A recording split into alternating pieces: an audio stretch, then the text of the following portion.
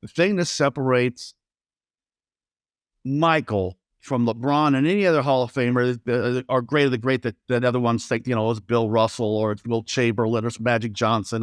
I don't care who else you think it is. It's my opinion that Michael separates himself because he gets it done when everyone expects him to do it, but he surpasses the expectations on how he does that. He fights and claws and scraps and wills himself to do things that these other Hall of Famers, these greats of the game, just cannot get to. And so it's just a level that there's an unattainable for anybody that I see and I'll ever see in my lifetime. There may be some cat down the road, but LeBron's not it.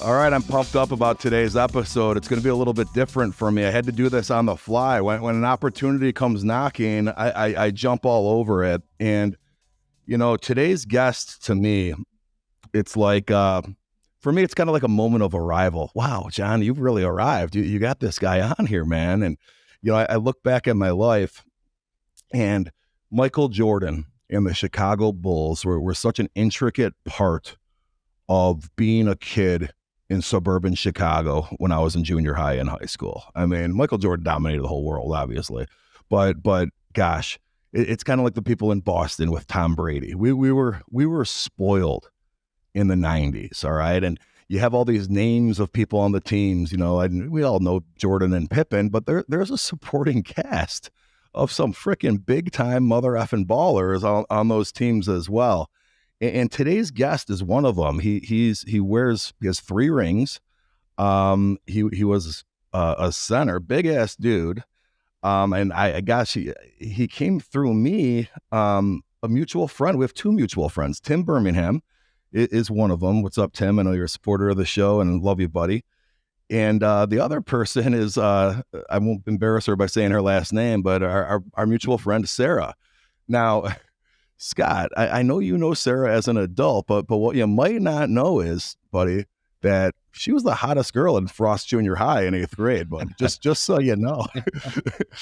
so I kind of joked with her when she reached out to me on Instagram. I'm like, hey, Sarah, I've really arrived. I got the hottest girl from Frost Junior High reaching out, and Scott Williams wants to be on my podcast. Holy, this is a day. This is a day, Sarah.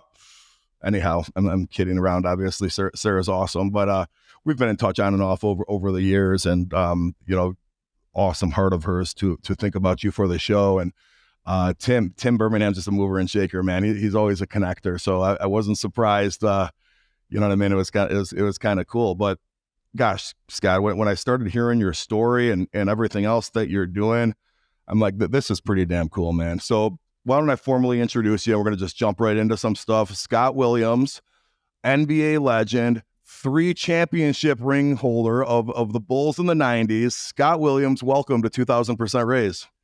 Thank you, John, for having me on. I'm excited. Tim's a great guy. We had a chance to work together after I had left Chicago when I was up in Milwaukee with the Bucks. He was part of their public relations department team, and I used to go in there and hang with the PR department. I thought that was what I was going to do after I finished playing basketball. I was going to get into coaching and broadcasting, but they were kind enough to let me hang out with them, and I'd always sit and chuck it up with Tim and Sherry Hansen, and they even gave me a desk with a nameplate and everything on it. So we had a tight-knit group in Milwaukee, and he's been a good friend ever since he's moved on, and so have I. And Sarah, she's still as hot as she is now. I was as hot as she was back in junior high, rather. Junior high school. I'll have to joke about that. Our kids grew up playing Little League sports together, football and basketball. It's kind of how I had that connection with Sarah. We've been, she's a Chicago girl and knows her Chicago sports, obviously. So we formed a connection and a bond real quickly over some mutual tragedy and trauma that we share.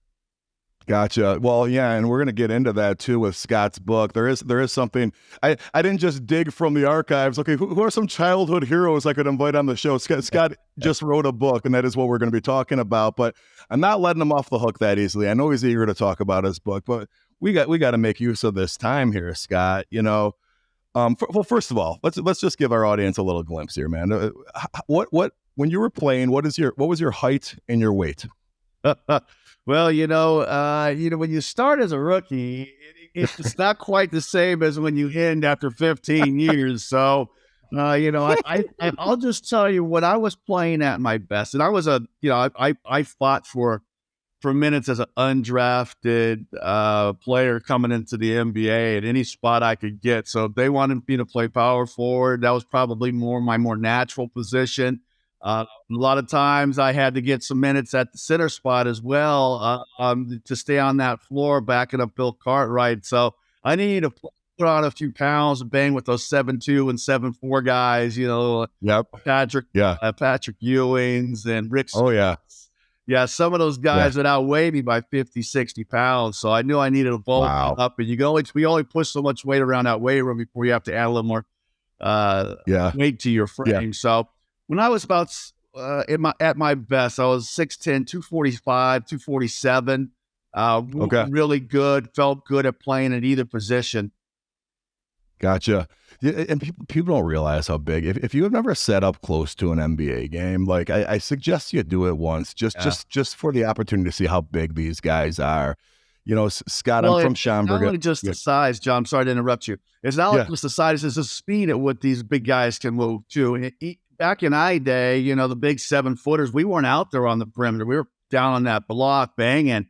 Now they got guys out there that are my height or faster that can move on the perimeter. I remember the first time I had to try to run down Shaquille O'Neal when he first came in the league. I said, there's no way this guy should be faster than me in a Karl Malone.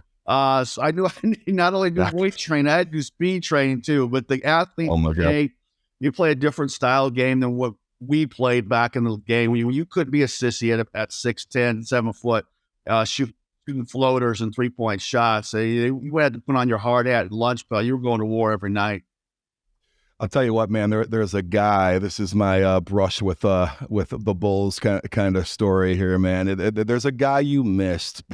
You probably know him, but you guys didn't play on the Bulls at the same time. Jeff Sanders. Does that name ring a bell? Sure, I know Jeff. He was kind of going out as I was coming into the Chicago. Yeah, I liked Jeff. He was a great guy. Brother, so I'm 23, 24 years old, and he must have just retired or something. And anyway, he's playing pickup games in Schaumburg at the Schaumburg Park District where, my friends are at. Now, mind you, I'm the stud. I played tight end in Notre Dame. I'm freaking 6'5", 270, okay? Wow. We're playing in this damn adult league. Jeff Sanders is on the other damn team. Like, what the hell? I mean, Jeff Sanders is bigger than Scott. And it's not like he's going to make it. It wasn't that competitive a league. So he wasn't going to sit there and just post up. I mean, that's no fun, right? Right. So he's playing freaking 7 foot tall freaking point guard out there, just shooting 3-pointers to make it a fair game.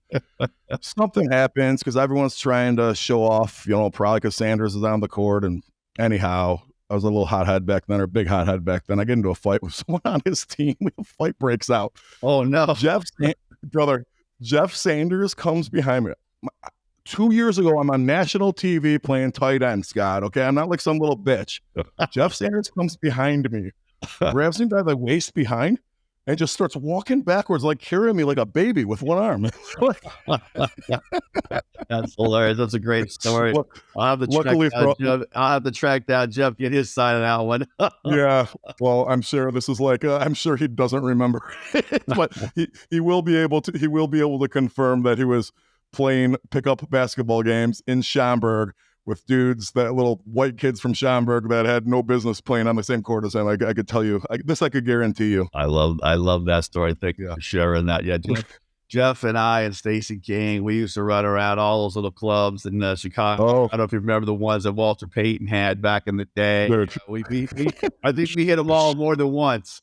Oh yeah. There's the Schaumburg nightclubs. So when I tell people I'm from Schaumburg, they either think they either bring up Woodfield Mall or a car dealership, or they bring up the nightclubs from the 80s. I go, guys, I was 12. I didn't go to those nightclubs. Anyway,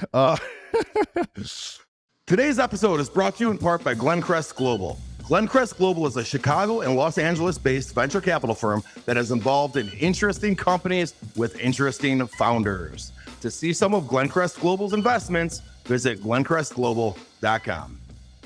Well, first of all, I do want to mention something. So we've had some pretty good athletes on this show before. All right. Recently, we had Austin Eckler, the starting running back from the LA Chargers. Now, his story is coming out as an undrafted free agent, and now he's the starter. Kind of a look at rags to riches story. It was at a Division II West Colorado. Okay. Right. Now, Scott, you're undrafted. Okay. And you already said you had a 15-year career. But you can't really say Scott Williams was a rags to riches story because you were at North Carolina. You were a big freaking deal. You were playing for a legendary coach, Dean Smith. You know what I mean? So maybe you talk a little bit. Again, we're going to get into your book in a little bit, though. You know, you talk about Dean Smith sitting across the damn dinner table with you and your mom, convincing you to come across the country to North Carolina. I had the same damn experience. My mom had multiple sclerosis and was in a wheelchair, and I got these pictures of me and my mom and my dad and I had an Irish grandma, my dad's mom, and Lou Holtz from Notre Dame sitting there, and they're up on my wall, these pictures. I mean, it was such a moment for our family. And I was an All-American, bro. This was like everyone wanted to come to dinner and go to school, just like you. I didn't play 15 years in the NFL afterward or anything like you, but for that moment, you know what I mean? What a damn, you know, with all this good going in our lives and all this attention you're already getting, isn't it funny how you could pinpoint those moments still and how pivotal they were? Yeah, well, a legend like Lou Holtz that you got to sit and play for and listen to his stories and learn from him. That was kind of my situation. A high school All-American, top 5 player in the country, and I had my pick of any college that I wanted to go to, and I narrowed that list down pretty quickly to 10. I had come to my home for visits, and I was going to narrow that list down to 5 official visits. And Coach Smith was pretty crafty, man. He was the only coach that offered my mother the opportunity to come with me on my recruiting trip back to North Carolina. Yeah, it was just back, you know, before the internet. There's no cell phones and no steps of nature. So going away, NCAA violation flying around. All you could do was really, you know, call on a landline and hope somebody was there to answer the phone, or write a letter that took, you know, 4 or 5 days to get across the country. So going was a little bit bigger deal than it is now. There was no FaceTime and cell phones and that side of us. Right. We didn't even have beepers back in the day. So anyway, that she fell in love with the campus, and so did I. I knew I had one more recruiting trip, but she wanted me to tell Coach Smith then and there that I was coming to school there. But I grew up in Southern California, lifelong Bruins fan, and I toted a backpack, a tote bag. We didn't have backpacks back then, but since about the 3rd grade all the way up into about my sophomore year of high school, UCLA book bag. But I knew right away they had some problems at home. And a lot of verbal and physical abuse. So I think my mother wanted me further away than 45 minutes down the road. So it worked out to be a perfect situation for me to be at the University of North Carolina. I got to learn a lot about what it does to become a young, not to go from a young man to actually being a man when I was in school. Well, we just got a little foreshadowing there about what the premise of Scott's book's about here. I'm going to show it up for the YouTubers watching. This is the book, and Scott just gave us a glimpse got it. there. Yeah, did Tim brought that for you? Tim ran it over, buddy. He ran it over.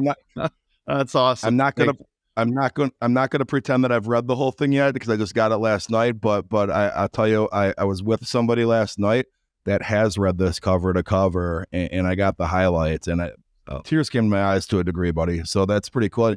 And you know what? Another thing I learned about you in this conversation with this person yesterday was, you know, let's, I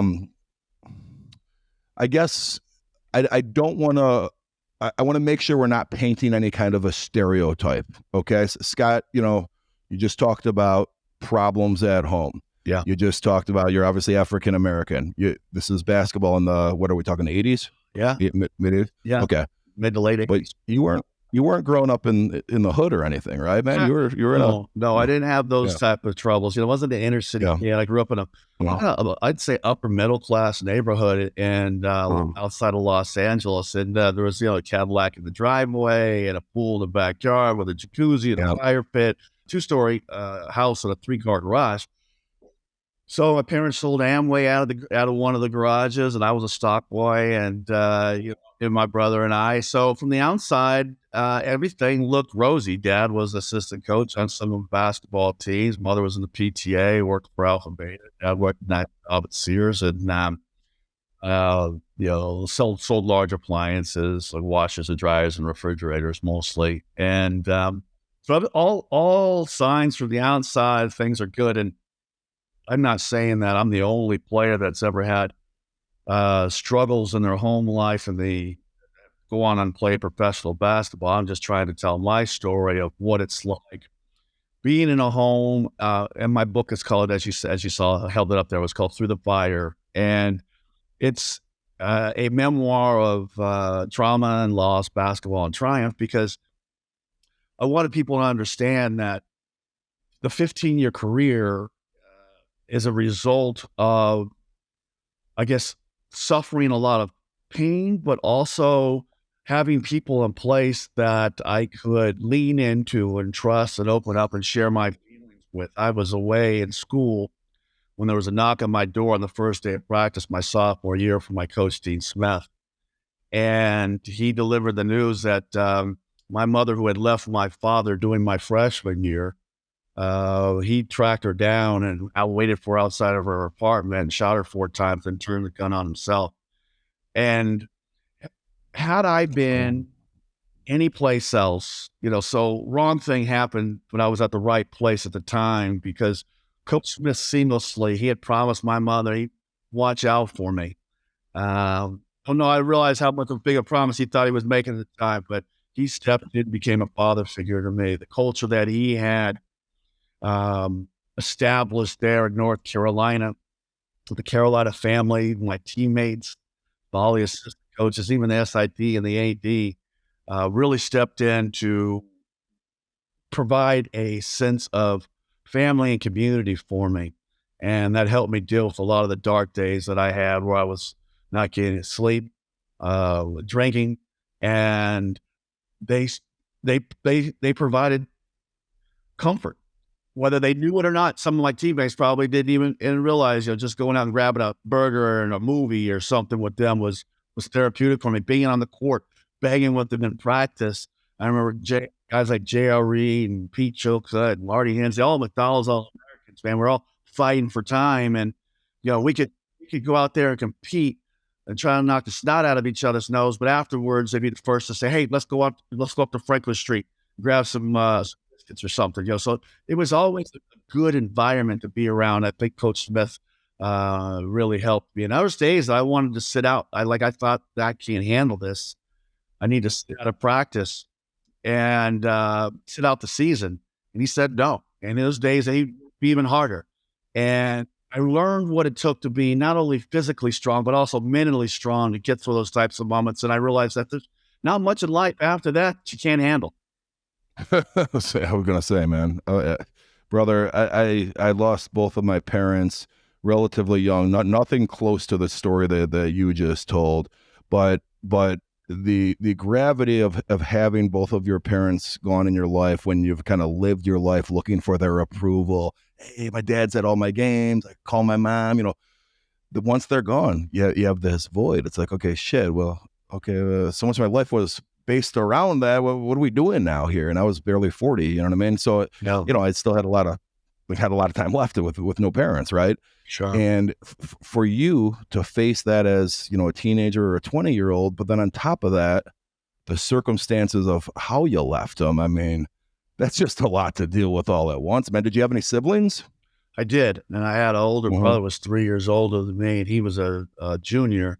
And as much verbal abuse and physical abuse that was heaped on me and my mother, he was the brunt of the majority of it.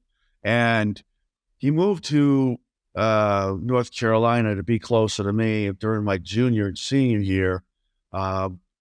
but the damage that my father did to him was more than I knew how to help him overcome, and he hasn't done so well. Unfortunately, we've been estranged, haven't spoken in almost 2 decades, but that I think was my father's last victim, even though he didn't pull a trigger.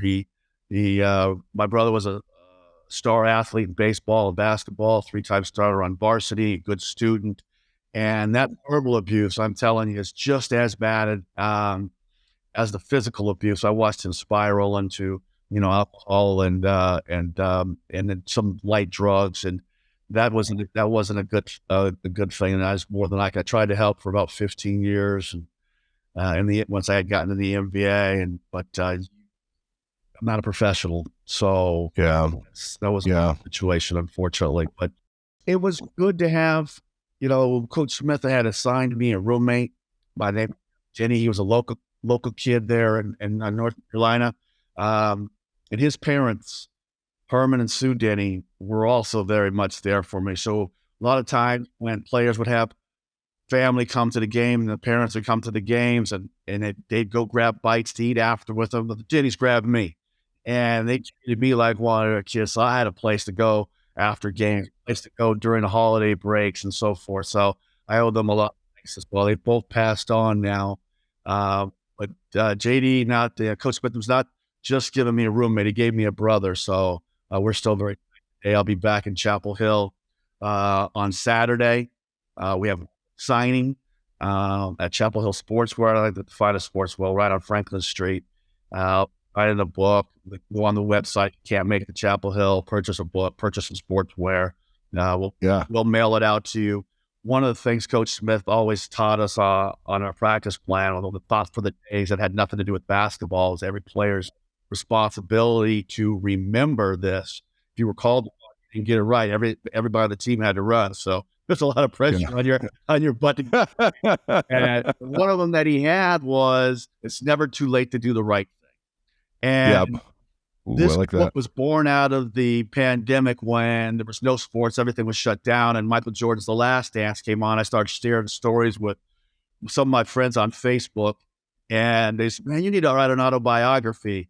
So I got with this guy, Ben Guest. We rode through the fire, and it was difficult. It took me 2.5 years to do it because there's a lot of pain associated with some of those memories, and some memories were completely gone, washed away. It's amazing what trauma does to your brain sometimes that you just can't recall. I had to lean on some people to ask, well, who did I fly on the plane with back to California? I couldn't even remember all the details from so long ago, but it's never too late to do the right thing. And if this book finds its way into some young boy or a girl or a young woman who's suffering abuse, and I'm not going to say it's going to change any lives. I'm not that ambitious, but if it helps, then I think it's all worth it. Scott, I love your demeanor right there, man. You just did two really powerful things that I observed. Okay, first of all, the thing about your brother. Okay, okay. Now you're doing interviews like this. Now you're writing this book. Okay, your brother, you've tabled that to the side. Hey, I can't do anything for him, and it's been a couple of decades, and he's not been a forethought on your mind really, or maybe he has here and there, but as an adult, you made a decision. This is taking up too much time and effort for me. I can't do anything for him. I know he's my blood. I know and I've had to make decisions like that with friends. Not, thank goodness, no family members, but it's like, dude, use is a bad. It doesn't have to be alcohol abuse or drug abuse. It could be anything. But it's like, you're not a bad fit, man.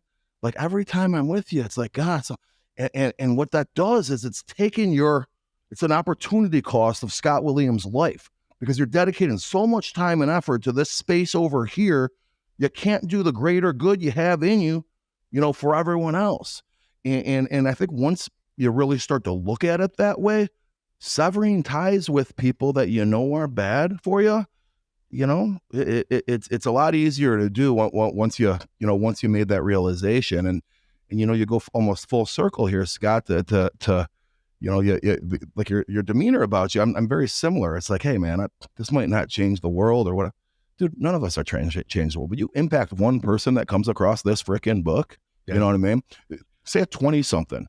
That would be wonderful. I'm not that quite an ambitious. And the last part of that story about doing this book signing and teaming with Chapel Hill Sportswear is money that we raise from this is going to the Compass Center, right in Chapel Hill. It's a domestic violence center that provides resources for people that are affected by domestic violence. So I partnered with them and Honor Coach Smith here in Phoenix. I partnered with the Chrysalis, which is also another shelter that helps men, women, and even children at housing them.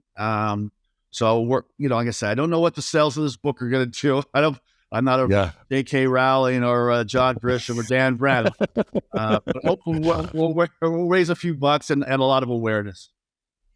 And by the way, everybody capture what Scott just said there, okay? Because a lot of times I'm very active on social media, Scott. People are kind of will do backhanded compliments like, all right, you're just trying to sell your book. Anyone that thinks that we're getting rich selling books, you got that wrong, pal. No, first of all, Amazon takes too big a cut, but I'll tell you that exactly. right now. Second, listen, I got a 151-page book. It is a page turner. Everyone asks me if it's unaudible. It is not. It's see these big Coke bottle glasses I got on. It is very reader friendly because I hate reading font that is too small on books that are too pressed together. I get headaches. I lose my place. It's stuff like I'm rereading these lines over and over and try to get through a couple pages. And finally I'll put it down and never pick it back up again. So the book is very reader friendly. Most everyone that I've spoken to say I picked it up, I couldn't put it down. And I'm not saying that to brag, but it's just one of those that's just a page turner, right? So awesome. One day, if it does well enough, maybe I'll narrate it or something like that and get it up. But we're right now just trying to raise a few dollars. Like I said, if you got $20 or $10 to spare, pick it up and it'll be good, bring some awareness to some people that can use it. That's awesome. Through the Fire by Scott Williams, and that's amazing. And he's right. You could just tell by skimming this. It's an easy read. All of it's very relevant. He's not filling up. It's not all like doom and gloom in my life. I don't say I was born on a windy night back in March of 68. No, we jump right into it, man, and get after it. And I tell a lot of stories about my time in Chicago for all the people in Schaumburg that'd be Bulls fans at the Frost Junior High. With Michael Jordan before he had a championship, bro. That was the most intense moment of my life. I wasn't 100% sure I was cut out for that kind of work that dude put in. All the way to playing with Allen Iverson, what a joke that was, and some of the other Hall of Famers like Pippen and Ray Allen and Steve Nash, Dirk Nowitzki. My last year in the league, I was on fumes. My fifth year, I got to play with a young LeBron James, who was only 19 years old at the time. And he was the closest thing, and all those dudes that I named, that reminded me of the work ethic and the drive and the passion to win and compete that Michael had. And it's no surprise to me that he's gone on to be successful. A little surprised that he's the most, the highest scoring player to ever play in the NBA. That's a little bit of a surprise, but I knew he was going to be a super talent, an NBA All-Star, first team All-NBA, but Hall of Fame and the league's leading scorer. I didn't see all that coming, so maybe I wouldn't have made such a great general manager. Okay. Okay. Well, he was 19 at the time. He was playing on a high school court. He didn't have a jump shot when I was playing with him. I would just think everybody in the hole would dunk over him, but he worked out his game every summer and added a couple pieces. And, he used to pick my brain on the plane about what was Jordan like in practice and what was Pippen like. Really? Guys involved. I mean, he was a student of the game. He watched tape and film. So you kind of just picked up on it. This kid's got it. He's got that that these other guys did not have. And then one day he asked me, a guy I can't remember. He said, Scotty, how old are you? I told him. He got real quiet. He goes, dude, you're older than my mom.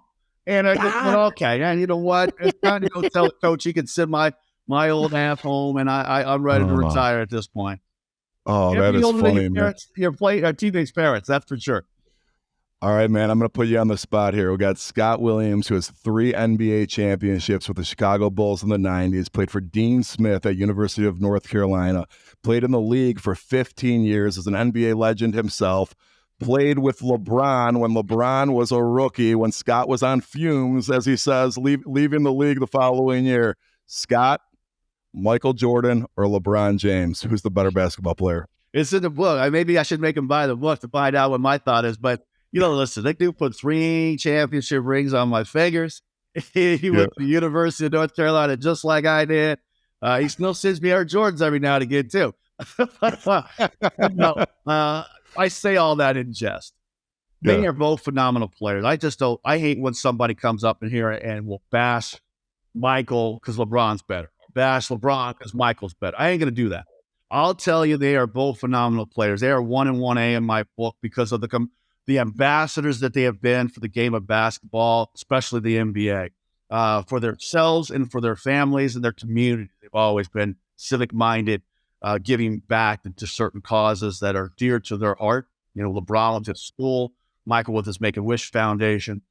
So I'm impressed with them in all aspects of who they are on and off the court. The thing that separates Michael from LeBron and any other Hall of Famer are great of the great that other ones think, it's Bill Russell or it's Will Chamberlain or it's Magic Johnson. I don't care who else you think it is. It's my opinion that Michael separates himself because he gets it done when everyone expects him to do it, but he surpasses the expectations on how he does that. And that was the mind-boggling thing to me all the time. We went into I don't want to say game, but a playoff series. We weren't going to win every game of the series. There was no doubt in my mind we were going to win the series. I watched this guy compete at a level that is second to none. He fights and claws and scraps and wills himself to do things that these other Hall of Famers, these greats of the game, just cannot get to. And so it's just a level that there's an unattainable for anybody that I've seen and I'll ever see in my lifetime. There may be some cat down the road, but LeBron's not it. Okay. Wow. Interesting. And then who would you put as your number 3? If that's 1A, 1 and 1A, would you put Kobe as 3? Kobe was a phenomenal talent. And I got a chance when I was in Philadelphia playing for the 76ers, a really bad 76ers team, coached by John Lucas, to see this kid in high school. I've watched his journey all the way from the high school to the Hall of Fame. And I've been amazed at all that he was able to accomplish. He's spectacular talent, but to me, he was always a clone of MJ's. Always wanted to be Michael, right? So he patterned his game after Michael, and he'd be the first one to tell you he wanted to be Michael Jordan. The way he spoke, the way he walked on the floor, the way he attacked the basketball rim. Like, he wanted to be MJ. So, no, he's not 3. He's not 3 for me. Okay. A guy that I got a chance to grow up watching in Southern California with the Los Angeles Lakers, Magic Johnson, will always have a special place in my heart. And I'm not talking numbers. I'm not talking championship rings. I'm just talking the way he always wanted to win and get his team involved and his players in the best position. He was a coach on the floor general, and I always admired that. I played basketball because I loved the team aspect of everyone had to sacrifice a little bit of their game for the overall success of the team. I was on some teams with some players that are Hall of Fame players. I talk about a few. I won't mention any names, but initials are AI. They only cared about themselves. And if the team after that was a bonus. That was a luxury. That was an afterthought. And that's not why I got into professional sports. It was hard for me to be around those types of guys and play and give my all in those situations when I knew they weren't on the same page as me. And I suffered on teams in situations like that. And so brother, you should be in a place. Well, I'm sorry to wrap this up with a guy like LeBron James, Michael Jordan, and Magic Johnson. Those guys are the greats for me. I love that. And it'll be interesting to see if Magic Johnson, with these younger generations, man, you just mentioned being on a shitty Sixers team. And earlier you talked about how everyone's getting bigger, faster, and stronger. And there's one of the companies I'm an early investor in. I sit on the board is a company called Life Brand, and they're based in right outside of Philadelphia, and they're a sponsor of the Sixers. And anyway, we got to sit courtside. Dude, Embiid, did you see that motherfucker?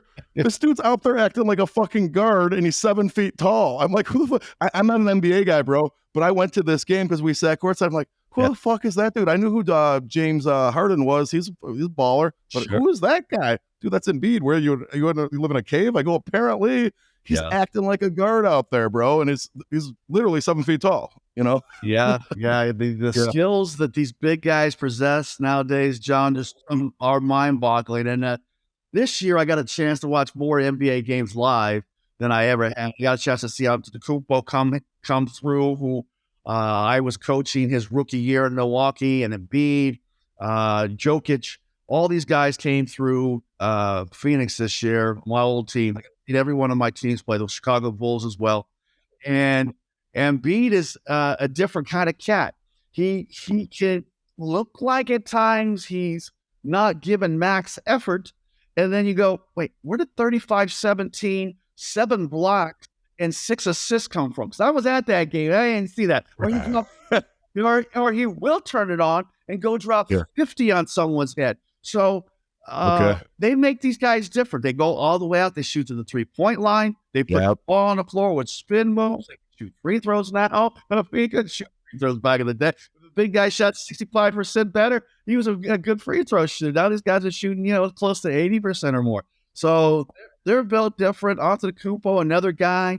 I think it's going to come down to, if you're looking at the preview, who's coming out of the East, you can pick Embiid, Tatum in Boston, or my pick is probably going to be the Bucks again if they stay healthy. The kid Antetokounmpo, I think he's on a mission to get that championship ring again. Okay. See, because Scott's dropping some knowledge here, we're going to move this podcast up and air it quickly because I don't want this to sit there for a few weeks, man. We're going to put this bad boy up. Well, for your book promotion as well, too, we might as well. But I got to tell you, Scott, so this podcast is 2,000% raised is usually about the business community. And I do want to say this, man. I happen to have, who's a good friend now and also a business partner, a guy named Josh Childress. He played on the Hawks for about 15 years. Do you guys have some crossover? Do you know Josh? Yeah, and he had some time here in Phoenix when I was broadcasting. Boom. Okay, there you go. So, he's a little younger than you, but you guys had very similar careers. And he was drafted pretty high, actually. But as far as length of time in the NBA and everything, and he was a good sixth man. And, he's done so much now with I don't want to say monetizing, but looking at life after the NBA, he was already eyeballing it. All right. Whereas this generation that you were in, I don't know if it was happening as much. Were you guys looking at, okay, because here's what Josh is doing. Josh has a big black-owned real estate company in Orange County. He brought in different investors. I'm partnered with him on a deal. We bought the damn Newport Beach Marriott. I mean, he's involved in big freaking deals, dude. Okay. And it's like, he just retired a couple damn years ago. You know what I mean? And the more pro athletes I talk to nowadays, Scott, the more there. We just had Austin Eckler on. He's talking about what he's going to be doing after football. I had lunch randomly with Tyreek Hill from the NFL. He makes $30 million a year. He's telling me about his gaming platform that he's going to do after he's done playing football. Go, dude, you make $32 million last year. You don't need to do jack shit for a long time. You know what I mean? But I feel like in your generation, with the exception of like the superstars like Jordan, you guys really weren't looking at the world this way much, were you? And if you were, what's happened since? What have you been doing the last 20 years? The great thing that the NBA and some of the other leagues had recognized is that professional athletes needed a way to manage their finances. So they started bringing in professionals to speak with teams. NBA Players Association got involved. And I think that has just continued since I've been out of the league in 2005 to continue to grow as well. Josh Childress, I believe he was a Stanford grad, if I remember. Yes. Correct. Yep. The big afro when he played. He always had a brain to play and be a student athlete at Stanford. So no surprise that he's doing so good in business. But the NBA has done a much better job of preparing guys for life after basketball, and it's great to see. Yeah. Yeah, that's pretty cool. There's actually, you're in Arizona. I met one of your neighbors recently. I'm sure you've probably crossed paths with him. Danny Shays. Do you know him at all? Yeah, I know Shane. We work. He works out more than I do. We're members of the same health club. Yeah. But he actually just wrote a book recently as well. I don't know if you how much you talked to him, but he we had dinner together once, and he was talking about the financial education. He was obviously, as you know, he was involved in the players union and everything else. That's right. It's good. It's good to have that out there. All right, man. Well, what else do I want to ask you here before I let you off the hook, man? Like I said, this is such a cool thing. I'm just looking at my show notes here. Okay, Jeff Sanders story. Wait. I want to share one Please. with your audience that Okay. one of the things that I write about in my book and was my time when I first got to Chicago. And one of the, you hear a lot of great stories about Michael Jordan and his competitiveness. And this one has to do with his competitiveness. There was a guy that I was teammates with my rookie year there. His name was Dennis Hobson. And Hop was he led the nation in scoring at Ohio State his senior year, averaged over 30 points a game. He was with the New Jersey Nets for 4 years and averaged over 16 points a game. I think 18 the year he was traded to Chicago, the same year that I in the team there. And they put Hop in front of Michael Jordan every day in practice. And that was the worst thing that probably ever could have happened for Dennis Hobson, because Michael Jordan had no chill. And he was hell-bent on winning a championship. And he went after Hobson every day in practice like he was wearing a Detroit Pistons uniform, and no chill, in his face, talking trash, nose to nose, throwing bows, hips, everything, physical, just verbally being Hop down day after day, month after month, till Hop was kind of a shell of the player that he once was. And it wasn't Wow. a personal thing for MJ. He just didn't know how to. He just did not know how to turn off that competitiveness and let Hop up off the floor every now and again to let him gain some confidence. A year later, they had to. At the end of I think it was 2 games in the second year, they had to trade Hop away. And I don't say it to say it was the saddest thing I ever saw in the NBA. Because Hop was a great guy, but Hop liked the cars, he liked the clothes, he liked the women, he liked the NBA lifestyle. And for MJ, he wanted a guy that was willing to compete, fight, and help him get a championship.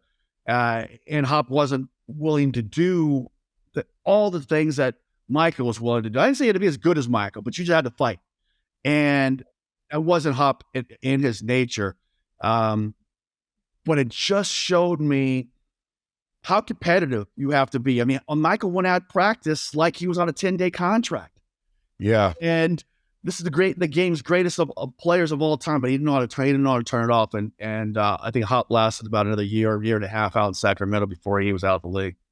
Yeah, but so what it sounds like there, Jordan recognized this, took no mercy on him, kind of bullied him almost, but he didn't think he fit the damn mold of what we needed here, and if Hop would have adjusted, he could have got on Jordan's good side like that, and he didn't. Am I right about that? And then he goes off, and there's a lot of truth to that. Like, Jordan will challenge you to see what you're made of, whether you're willing to stand up the way he was, and fight.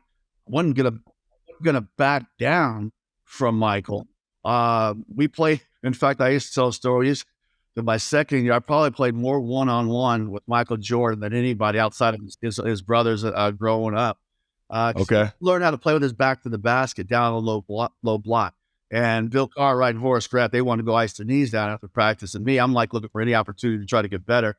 So okay, I volunteered to play every day with him down there on that block. And he used to kick my ass every really, okay, even giving up 4 inches in height to me. He could shoot outside jump shots. Everything he had to be was 15 feet and in.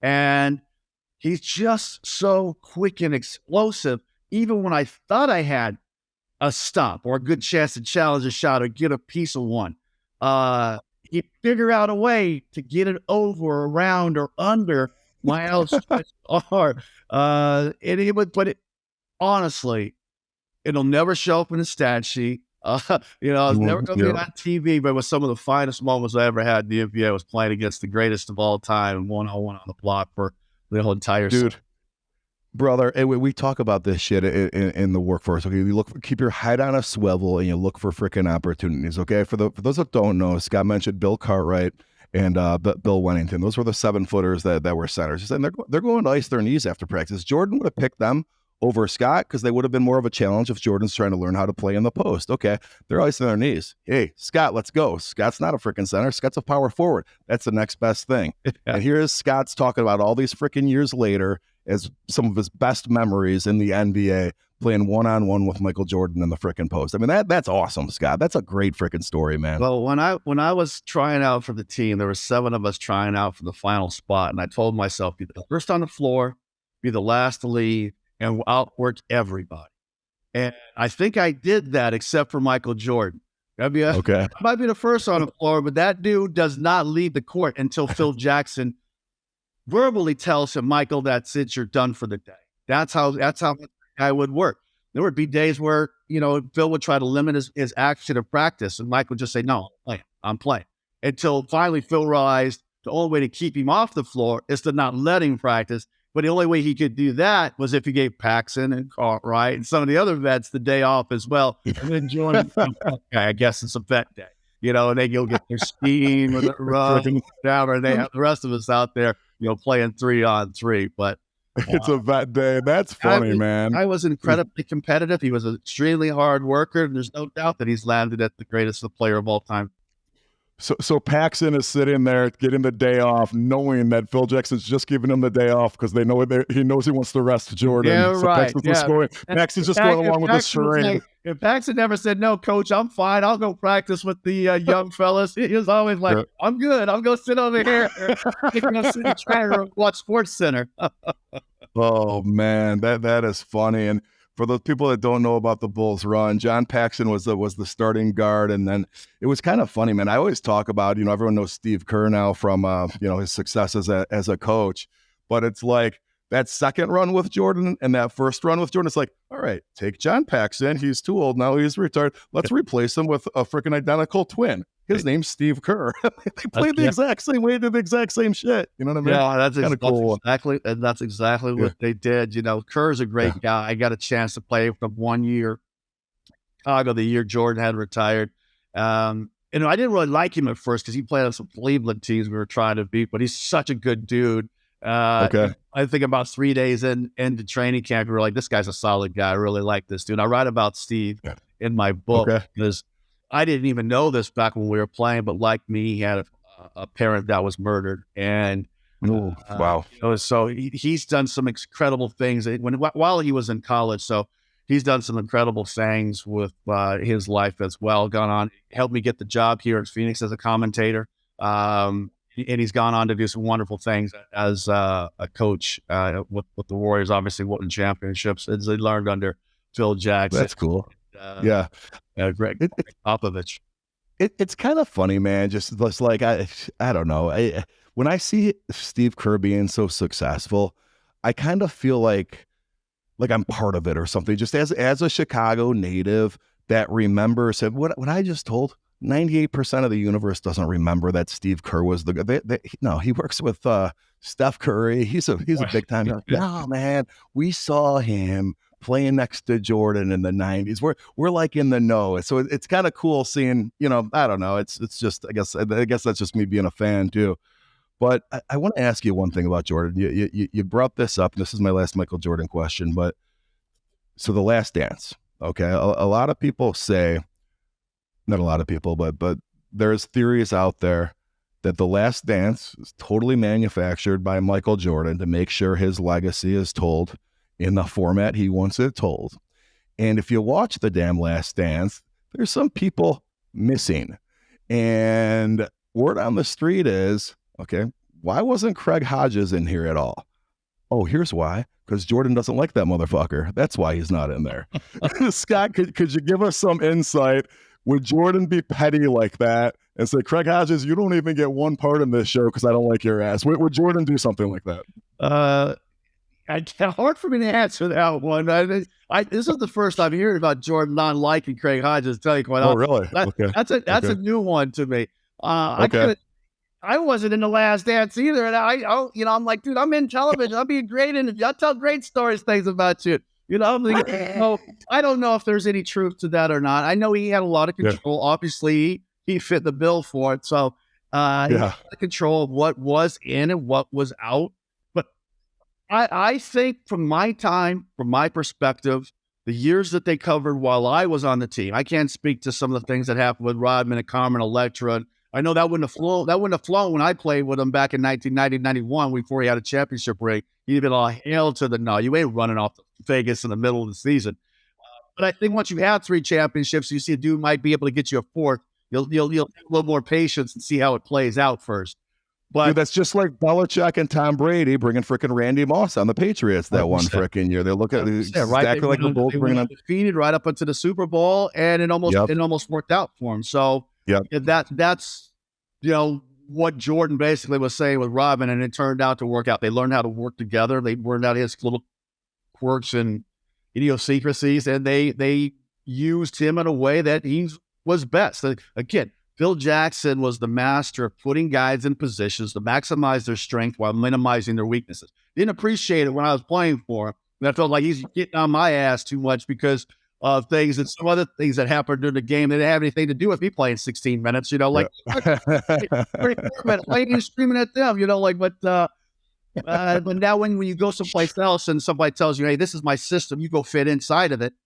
And you go, well, that's not my game. And you look like crap, trash, and fans are booing, like they did. Yeah, right.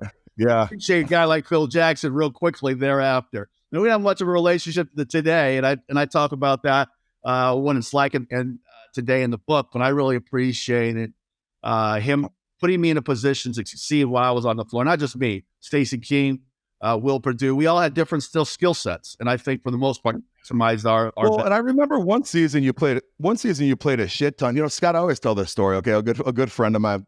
His name's Dan Kittner. Anyway, he went to the NFL. He was a backup quarterback. He was on the Hawks. Mike Vick gets hurt. He gets thrown in, has to play as a freaking rookie. He's not ready to be an NFL quarterback yet. Doesn't do too well. All right, makes it difficult to get a job the next couple of years, and his career in the NFL ends up being shorter than it should have been. Okay, backup quarterback in the NFL is the best damn job there is until you have to freaking play. You could just linger and hang out for a long freaking time. And you just mentioned this shit with I'm playing 4 minutes or 12 minutes or whatever. Is there some truth to that as an NBA center or power forward? It's almost just I'll be that eighth man. They know my role. Just pay me my couple million and I could do this for 15 freaking years. Have a nice day. Yeah, there's something said about keeping those miles off your body, right? So we didn't do load management days like these cats do today and sit games out and practices out and all that stuff. Well, a couple guys in Philadelphia like to do that.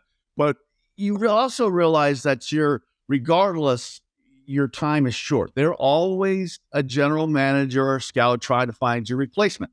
So you want to try to play as much as you can while you can, because Father Time, if they can't find a guy, Father Time's beating on your door every year too. So I always just thought, hey, I'm going to play as long as I can.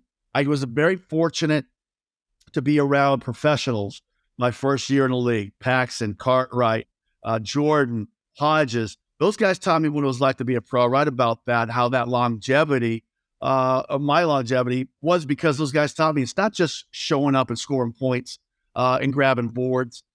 It's doing the things in the community. It's doing the things for the team, for the charity.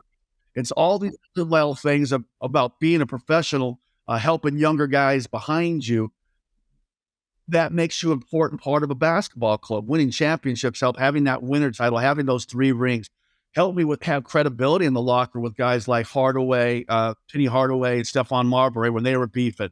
Being able to talk to guys like Amari Stoudemire, Joe Johnson, Sean Marion here in Phoenix. Talking to a guy like Rod James on an airplane. Yeah, it's all we're trying to give back and tell these guys it ain't just what you do between those lines. Everybody's watching you all the time. Always be awesome, man. I love that advice, and thank you. And then we our listeners, we could put that in our lives as just normal humans too. And I know University of Illinois fans are going nuts right now. I meant to say Kurt Kittner. I said his brother's name. They're all from Schaumburg. Kurt Kittner was who I was referring to as the backup quarterback. I knew it didn't sound right coming out of my mouth. But Scott, I want to end on one thing, and then I'm going to ask you our final question. You know, I'm not going to say their names because I think they've stayed out of the public eye for a reason. But your story with your parents, man, it's eerily similar to someone I played football with at Northwestern University. He was a star quarterback there. For him, something very similar to what happened to you happened a few years after. He's a known guy in the community. Yeah. They lived in a nice, affluent suburb. He had an older sister also that's in the media and was on like a reporter on Comcast Sports. So these are high profile people.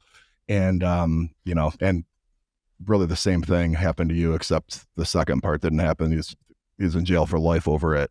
It's all over the news. And I'm not going to say their names. Most people that know who I'm talking about, but they got out of the public eye. They didn't talk about it. You know, they had to go through this twice publicly when it happened. And then again, when the damn trial was happening. Right. Okay. You haven't heard him talk about it. You don't see him talking about it. You don't see him at stuff. He's not even on social media, I don't think. All right. It seems like for you, Scott, you had all this happening. And then here you are in your 50s. You see The Last Dance and you get encouraged to come out and speak about this. So for 30 years, you're not talking about it. And now here you are doing podcasts and you're all over the media, man. You know, was there something that just clicked for you? Like, hey, let's come out and do this. And do you think my friend will have kind of the same kind of epiphany at some point in his life? Has this been therapeutic for you? Yeah, the timeline for recovery is different for everybody. There's no doubt about that. One of the things I write about is after Jordan's father was taken from him, my only regret in sports is not reaching out to him and speaking to him about that. I know what that pain is like. And I don't know what I would have said other than the fact that I'm here if you ever need to talk to me. And it's hard to find the right words. Even a man as brilliant as Coach Smith didn't always have the right words to say to me to comfort me. But he was there for me. And I always regret that and not making myself known to MJ that I would be there for him. Your friend, I don't know what his situation is. I know for me, the book was very traumatic for me to write. There was months that I had to stop writing and put it down, and my guests tried to be sometimes understanding, sometimes upset, no one to push me to pick it up again. Oftentimes there's things that I shared in the book that I hadn't even shared with anybody before, not even my spouse.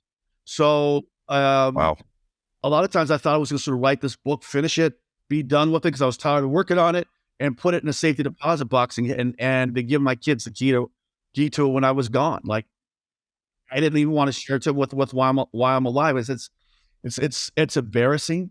It's shameful to live in a situation like that. And I didn't tell any of my friends. Most of my friends in high school, share on Facebook. It's the only kind of real marketing they've done for the book. And they all buy it. They're like, well, okay, you buy me dinner when he came through LA playing for the Bulls. At least I can get $20 out of his book. And they had no idea growing up what things were like. And they share some things that I didn't know was going on with them either. So, and I've had complete strangers share things with me that they say they've never told anybody how they were either verbal abused or sexually abused by a family member. And like I said, it's not about changing lives, but it's like letting people know that, hey, listen, I understand the struggle. There was times when I had some dark moments as well. And you can have faith in somebody that you trust, that you can rely on, that they have all the answers, but they might be able to listen to you and help you find ways to deal with that pain. And for me, this was a therapeutic situation for me. I'm glad I did it. I'm glad it's out there. And I guess, as you get older, I turned 55 a few weeks ago. To say something that you have said a few times, that's zero fucks. Like, worry about the Twitter trolls, what they're going to say when I talk about wetting the bed, for instance, up until I was a senior in high school. And I finally went, you know what? Who gives a damn? If I can help a young man or a young girl or a young woman, 5 years old, I can take that heat. Yeah. Yeah, I got to get you on. I'm a good friend of mine. He has a podcast called, his name's Michael Unbroken. He's been on this show before. He got really good reviews. It's all about trauma and trauma survivors and becoming unbroken. And he looks for people like you to come onto his show and speak. You'd be speaking his audience's language for sure, Scott. This is a little different for our audience, but I don't care, man. I got a chance to bring on freaking Scott Williams for the Chicago Bulls on the show. Well, listen, John, you might be hearing from me sooner than you think. I'm coming to Chicago on April 30th for card signing. I want to do a book signing, and maybe we'll do one out in Schaumburg there. Is the ball still out there? Maybe we can set something up. Maybe your buddies from Frost High, Junior High, go through, try to raise a little money for domestic violence awareness. Anyone that shows up with a Scott Williams Bulls jersey from back in the day. If you can find a Scott Williams Bulls jersey, you definitely get a free book. I don't think too many of those were moving in the team shop back in the day. All right, man. We ended on a light note every time. It's supposed to be a light note, but sometimes people answer it in a way that it becomes unlight. You can answer it however you want, man. Scott Williams recommends what movie to the 2000% Raise audience? Oh my gosh. My favorite movie of all time is Shawshank Redemption. Ooh, I like it. Wait. Yes. Were you mixed up with the Green Mile? I always mix it up with the Green Mile. Yeah. Shawshank and Green Mile. Yeah, Shawshank was fantastic. The movie that a lot of people may not be aware of that I think is just as stirring to the soul is called Life is Beautiful. And it's subtitles, but it is, and I don't do a movie with subtitles, but I've watched this movie 4 or 5 times for the brilliance of the acting, the directing, and the time period. And it has to do with a father's love. It's something that I didn't really receive as a kid, so I think that's probably why I connect so much to. Awesome. You heard it here, everybody. And that wraps up another episode of 2000% Raise. Thank you for listening. The best way to support our show is by leaving a rating or review on all platforms you listened on. And of course, by following, liking, or subscribing. Visit us at 2000percentraise.com or at John Sarasani on TikTok and Instagram. And of course, my YouTube channel at John Sarasani's 2000% Raise. Find all the ways to follow today's guests in our show notes. Thank you for being a part of our entrepreneurial journey.